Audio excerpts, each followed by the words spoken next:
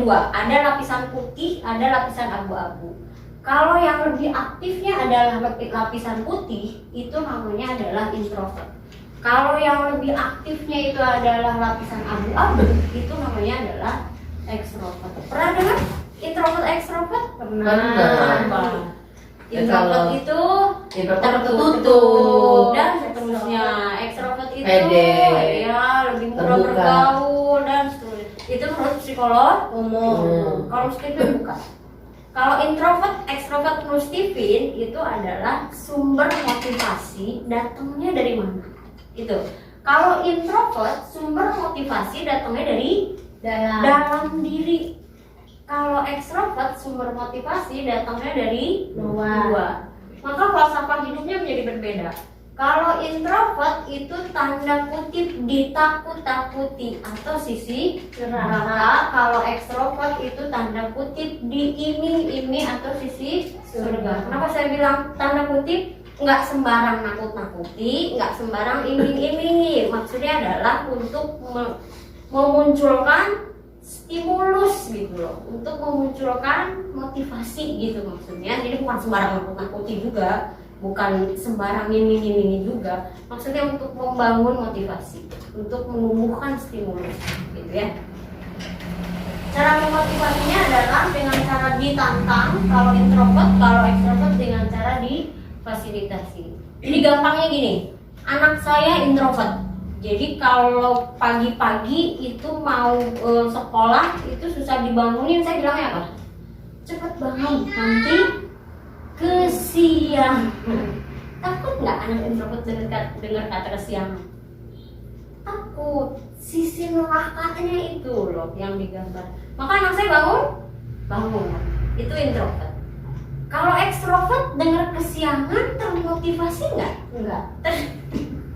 Terstimulus enggak? Kalau anak ekstrovert atau orang ekstrovert dengar kata kesiangan apa Bu? Ya udah. Be aja. Ya udah besok lagi sekolah. Kesiangan. Iya. Besok aja. Apa sih kesiangan gitu? Karena memang bukan cara itu. Ini tiap pagi ribut ya. Kalau nggak paham ya, tiap pagi ribut gitu ya. Apa sih gitu? Ya ampun, ini punten ya, anaknya yang masalah atau emaknya ya nggak apa-apa.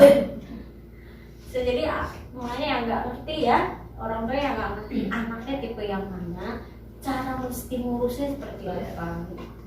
Kalau ekstrovert itu lebih ke sisi surga. Jadi kalau pagi-pagi gitu mau sekolah, ayo sekolah, bukannya mau ketemu teman-teman. Bukannya mau hari ini mau ketemu dengan guru kemudian itu gitu. Yang TK bahaya ya. Kalau mahasiswa Udah mulai ngerti ya maksud sisi neraka, sisi surga ya. Nah, ini jangan kebalik. Ini juga potensi tiap pagi ribut. Atau misalkan kalau masih kecil ya, biasanya anak ekstrovert mah sampai ke kudu di gendong. Biasanya kalau ekstrovert ya kalau masih kecil mah tenang mah ya digendong aja. Karena motivasinya bukan dari diri sendiri tapi dari orang luar, lingkungan. Jadi dia lingkungan bagian dari menstimulus gitu ya. Masih kecil tenang. Ya itu, tapi kalau sudah paham kan terhindar ya. harus digendong dua-duanya. Ya, pagi-pagi itu rame terus ya. Ya Allah. Rame. Berikutnya. Keunggulan Stephen adalah konsepnya simpel, akurat, dan aplikatif. Kenapa dikatakan simpel? Manusia di muka bumi berapa? Miliaran. Miliaran. Berapa nih update sekarang? Ada 7 miliar. Kurang lebih lah ya. Nah, miliaran manusia di muka bumi, kalau oleh Stephen cuma dibagi menjadi 5 mesin kecerdasan. Yang tadi saya sampaikan, sensi, thinking, intuitive, feeling, dan insting. Simpel ya. Udah cuma ada 5 mesin kecerdasan menurut Stephen. Nah, dari 5 mesin kecerdasan dibagi lagi menjadi 9 personality genetik. Sensi ada 2, ada sensi introvert, ada sensi extrovert. Thinking introvert, thinking extrovert, intuitive introvert, intuitive extrovert, feeling introvert, feeling extrovert, dan insting. Kalau insting tidak ada introvert ekstrovertnya, terus gimana dong? Nanti saya punya tipsnya ya. Kalau misalkan ternyata anaknya insting, ya. Jadi bukan dari dalam, bukan dari luar, bukan gitu kalau insting. Istimewa ya, unik ya. Pahami keunikan dan keistimewaannya, ya. Nah, kalau sudah tahu anak kita yang mana dari 9 ini, atau diri kita, atau pasangan kita, atau bawaan kita, stop mulai sekarang membanding-bandingkan.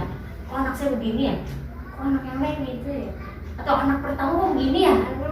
Stop membanding-bandingkan. Hanya perlu diketahui siapakah anak pertama, siapakah anak kedua, begitu ya? Jadi cukup satu, pahami siapa sebetulnya manusia ini siapa. Satu, fokuskan di situ apa yang menjadi kelebihannya, insya Allah hebat. Maka tagline di kami adalah satu, fokus, hebat. Anakku jatuh, Mak. Berikutnya akurat. Kenapa Stephen akurat? Itu karena menggunakan sampel sidik jari. Pertanyaannya, sidik jari berubah-ubah kan? Dari mulai lahir bahkan sampai nanti kita tidak ada sampai wafat, sidik jari berubah nggak? Tidak akan pernah berubah. Itu yang membuat Stephen akurat. Meskipun betul ini adalah buatan manusia, akurasinya tidak sampai 100% jelas. Tidak ada yang sempurna. Tapi Pak Farid sendiri sebagai penemu Stephen mengatakan bahwa akurasinya sampai 95%. Ya. Berikutnya adalah aplikatif. Kalau udah bicara Stephen mah ke bidang kehidupan apapun ya jadi. Karena apa? Karena yang kita pahami siapa manusia. Ya sudah, manusia dipahami siapa manusianya, kita bicara apapun menjadi sangat aplikatif. Bahkan kamu jadi tetek. kasusnya sampai dibahas kalau di situ. Ya, jadi nggak untuk membanding-bandingkan dulu kamu. Jadi kasusnya merek apa gitu? Itu ya. Yang lihat. Bisa kredit. Jadi bisa jadi Bu, tidak kaya. Kalau intuiting, apa kalau mau belajar? Persiapannya apa? Hasrat. Tipe ini ya, kalau disuruh belajar Harus berapa? susah. Tapi kalau sudah ada hasrat, belajar sendiri gitu ya, disuruh mah susah. Tapi kalau sudah ada hasrat, lagi belajar. Terus Bu, gimana harus nunggu anaknya berhasrat? Kalau nggak berhasrat terus gimana? Nanti saya punya tipsnya. Ya, kalau ternyata anaknya intuiting, nanti ada tipsnya bagaimana supaya ya karena nggak mungkin juga kalau anaknya nggak berhasrat, masa harus videoin gitu ya? Ya, tidak ada tipsnya ya. Kalau ternyata anaknya adalah intuiting. Tapi ini persiapan belajar ya, hasrat. Tadi saya di bawah, sekarang Kalau feeling, persiapan belajarnya namanya juga feeling, namanya juga perasaan. Jadi jangan sampai punya anak feeling itu ibu omelin dulu, habis itu disuruh belajar. Apa yang terjadi? Poro-poro gue mau belajar. Jadi harusnya gimana? Kalau anak feeling mau belajar gimana? Alhamdulillah. Sayang. Cerita dulu, ngobrol dulu, enak hatinya baru siap belajar. Gitu ya. Kalau insting, persiapan belajarnya adalah adaptabilitas. Apa tuh? Berikutnya, Apa tuh adaptabilitas? adaptabilitas itu harus adaptasi dulu dengan lingkungannya. Dapat gitu suasana aman, nyaman, tenang gitu sudah betul. Baru siap belajar.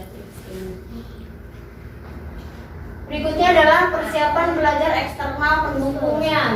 Kalau sensing apa kalau mau belajar? Fasilitas.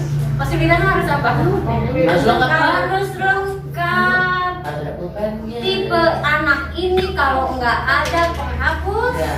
mogok. Jadi belajar. Ribut ya, marah-marah. Ya Allah, kamu tuh apa ya? Nggak ada pensil doang aja. Pinjem Bu. Nggak ngerti ya.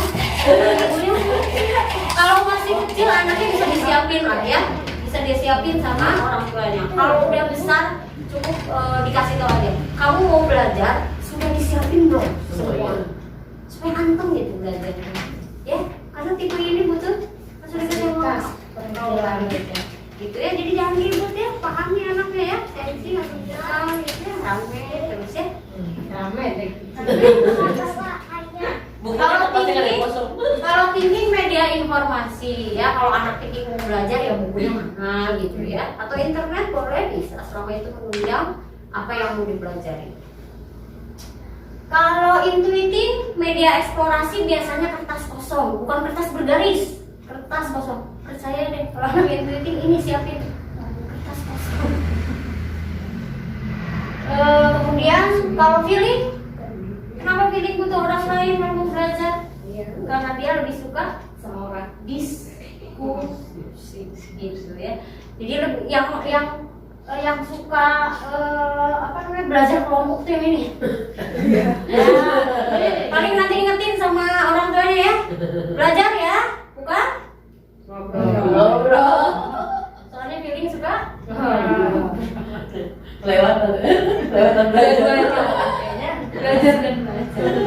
Kalau insting butuh suasana kondusif, tadi ya butuh aman, tenang, damai, itu siap belajar. Mbak Rina boleh nambahin sedikit nggak? Ya. Yang tadi persiapan belajar internal yang aku hadapin yang sebelumnya. Oke, dilanjut.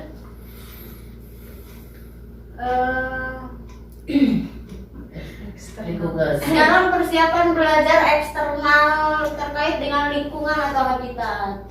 Sensi butuh apa? Iya, dapat sepeda kalau juara. Ganti presiden. Iya. Sensi butuh imbalan kenapa sih? Kenapa sih sensi butuh imbalan? Ini banget. Chemistry-nya. Ini banget. Tapi kita belum bicara chemistry ya. Ada sesuatu yang bisa dilihat nggak ya? Iya. Dia kan indrawi ya. Iya. Cuman gini, jangan mensalahartikan dengan imbalan ini ya. Jadi yang dimaksud oleh Stephen imbalan itu begini. Ada usaha, ada hasil. Kalau ingin kamu mendapatkan hasil maka harus berusaha. Gitu loh maksudnya imbalan ya. Jadi jangan salah mengerti dengan imbalan yang dimaksud. Mindsetting-nya ya. Iya betul. Konsepnya ini loh yang ingin diajarkan. Ada hasil, ada usaha. Kalau mau hasil harus berusaha. Gitu ya untuk sensi. Kalau thinking suka dengan kemenangan. Yang ini nih, seneng lomba ya. Apalagi jadi juara. Yang ini suka thinking. Kalau intuiting prestasi ya, jadi ingin berprestasi, diapresiasi gitu ya karyanya itu dia suka. Kalau feeling feeling mah ya nanti terkenal gitu sekolah terkenal gitu ya. Coba pengen Famous banyak followers. famous ya banyak kan. follower. Kalau insting terlibat ngomong-ngomong kenapa ya insting terlibat? Yang penting diajak kalau Kalau nggak diajak suka nangis ya. Kenapa sih insting itu ingin baper terlibat? Nggak diajak Ya nanti di slide berikutnya ya, slide berikutnya. makanya kalau Umi nggak ngajak-ngajak baper.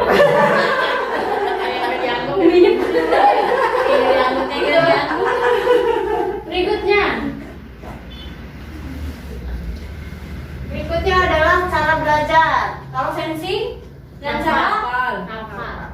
Jadi jangan paksakan anak sensing langsung mengerti sebelum dia hafal. Jadi caranya adalah diulang-ulang sampai hafal. Baru mengerti. Jangan paksakan anak sensing langsung ngerti sebelum dia paham. Beda dengan thinking. Kalau thinking menghitung ya, atau gini, yang tadi sensing menghafal dulu baru ngerti. Kalau thinking sebaliknya, harus ngerti dulu baru dia bisa hafal. Jadi jangan paksakan anak thinking udah hafal belum? Nggak bisa kalau dia belum ngerti. Dia harus ngerti dulu baru bisa hafal. Gitu ya, anak saya thinking harus ngerti dulu baru dia gampang hafal ini. Jadi kebalikannya. Berikutnya cara belajar intuiting adalah memolakan alias pakai pola. Siapa yang bikin pola? Yang bikin pola? Saya nanti desainer. Siapa yang bikin pola? Dirinya sendiri. Jadi mau nggak ngikutin contoh? Enggak. Contoh yang dikasih sama guru mau nggak? Beda. Ada contoh yang dikasih sama orang tua mau nggak? Enggak. Ya Allah, bukan gitu loh. Guru mah nyontoinnya. Mama bukan gitu loh. Tapi isinya hasilnya semua. Hasilnya yang penting sama. Jadi siapa yang bikin pola? Dirinya sendiri. Makanya ada kecenderungan seperti lambat di awal.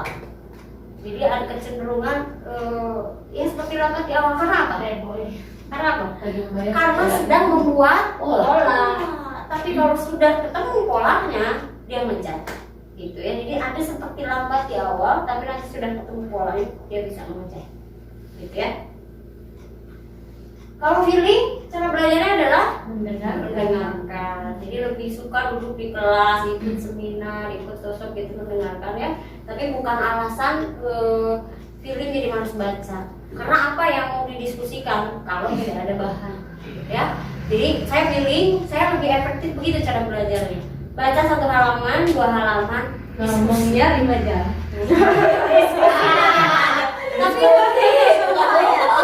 tapi itu lebih nyambung Pak, daripada saya paksakan terus baca gitu ya, nggak ngerti.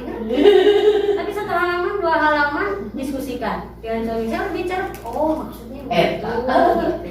Gitu deh kalau gitu. Tapi bukan alasan ya, feelingnya males membaca. Berikutnya adalah insting Merangkum. Jadi tipe ini loh, kalau dikasih buku itu dia nyari ke belakang. Nyari apa? Nyari apa? Nyari ke belakang, nyari ke belakang. Kalau ada suaminya insting. Kalau nggak ngerti mah ribut ya. Kamu nyari apa sih? Gitu. Padahal nyari rangkuman. Kalau nggak ngerti, baru dia dari di penjelasan. Tapi dia lebih suka belajar pakai rangkuman karena insting itu inti-intinya aja sukanya. To the point. Ya, Tapi langsung jadi jangan aneh ya, Pak. Makanya unik ya, istimewa ya. Ada yang pelajaran di rangkuman. Ada. Berikutnya adalah kebiasaan. Kebiasaan sensing apa? Main. Kenapa sensing suka main? Sebenarnya main Biar hobi. tadi karena ada fisik, ada energi lebih yang harus disalurkan. Terus pertanyaannya, main terus? Iya. Capek juga. Capek juga. main ganti baju. Sensing itu yang paling berpotensi disiplin.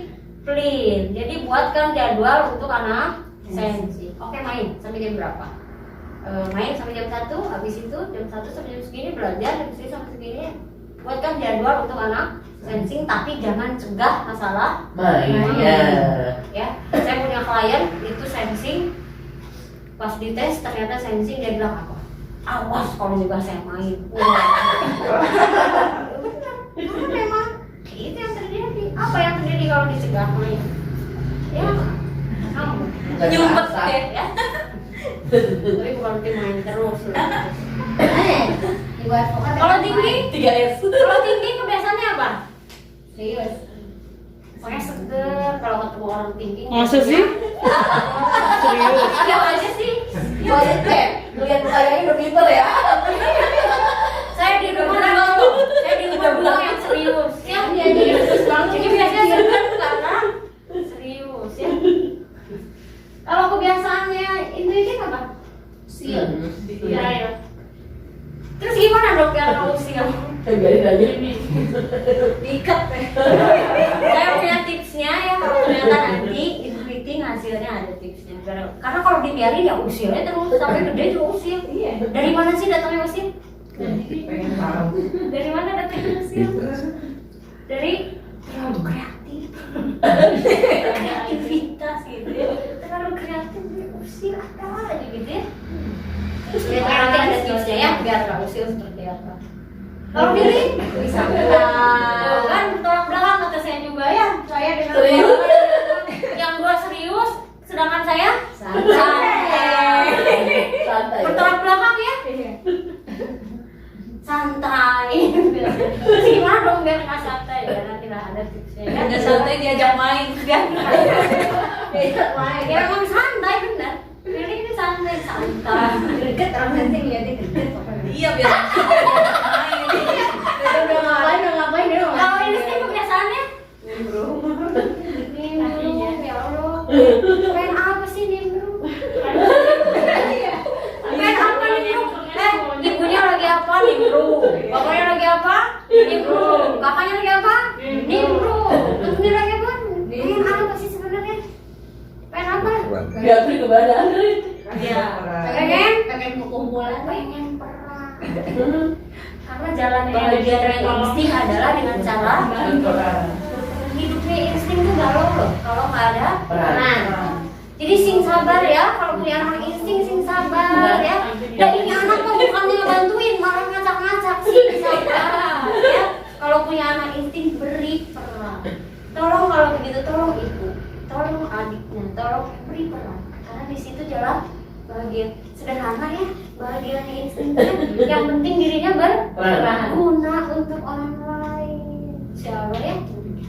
Insya Allah pokoknya nimbrung.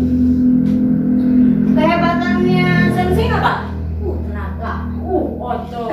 Ya, jadi saya juga ngajarin kalau punya klien itu anaknya sensi nonjok gitu ya. Kalau gitu sarannya apa kalau gitu? Kehebatan sensing dalam hal otot kalau begitu apa sarannya? Disalurkan dengan baik gitu loh. Apakah ikut tinju gitu? Karena memang kehebatan ini ya makanya jangan sampai gulat di mana aja gitu loh kalau sensing itu ya. Disalurkan dengan baik ya kehebatannya dalam hal otot. Thinking logika ya. Jadi kalau bicara dengan anak thinking harus masuk akal. Logika harus masuk akal. Kalau nggak masuk akal gimana? Ya kritis lah. Kenapa? Itu ciri khasnya thinking. Kalau sensing biasanya apa? Kalau thinking kenapa? Ya itulah dia mencari hubungan sebab akibat. Cerdas kehebatan logika harus logis ya. Kehebatan intuitif tadi ya, kreativitas. Berikutnya adalah feeling ngomong. Kalau orang tua saya dulu kalau anak yang pintar itu biasanya anak yang pintar apa? Kalau dibilang pintar itu biasanya anak yang pintar apa? Yang jago apa? Bukan orang tua dulu. Matematika. Yang pintar itu biasanya yang jago matematika, yang jago Fisika, kimia. ada loh anak yang memang bakat dari lahirnya adalah pintar. Ya Allah, ngomong juga sebuah bakat. Iya, nggak dipahami kan selama ini yang disebut pintar tuh yang jago matematika gitu. Padahal jago ngomong juga bakat. Kalau gitu profesinya apa dong kalau jago ngomong? Public speaking atau Advokat. anggota dewan gitu kan